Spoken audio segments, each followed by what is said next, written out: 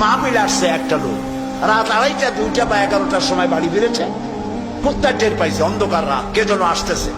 কুত্তা তার ভাষায় বলেছে হল্ট। এখন বাড়িওয়ালা বলছে এই ডবলু, আদর করে নাম রাখছে কুত্তার ডবলু। একটা ধমক দিল, কুত্তা গলার আওয়াজ শুনে বুঝে ফেলেছে। কিন্তু কুত্তা গলার আওয়াজ বোঝে না, কুত্তা তো ভালো গরুতেও বোঝে।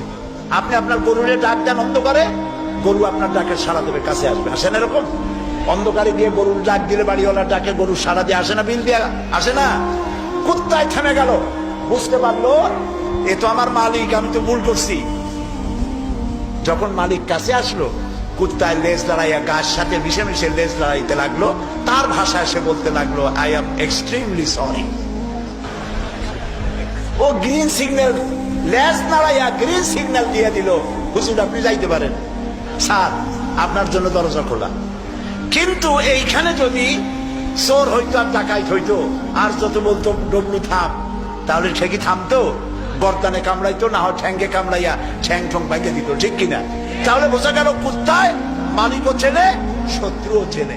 আল্লাহ কয় উলাইকা কাল আনাম, এগুলো জানোয়ারের চাইতে খারাপ, বালহুম আদাল, এই জন্য খারাপ। কুত্তায় তো মালিক চিনলো, দুশ্মনও চিনলো, বন্ধুও চিনলো।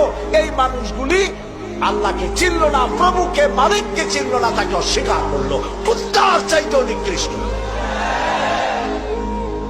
প্রিয় ভাই সব, মানুষের এই 3 প্রকারের দিন, সুস্থ দিন, অসুস্থ দিন, আরেকটি হলো কি দিন?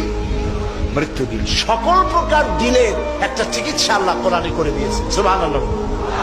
আল্লাহ রাব্বুল আলামিন বলেন সব হৃদয়জনিত কালজনিত রোগের চিকিৎসা হলো আলা বিযিকিরিল্লাহি তাতমাইন্নুল কুলুব।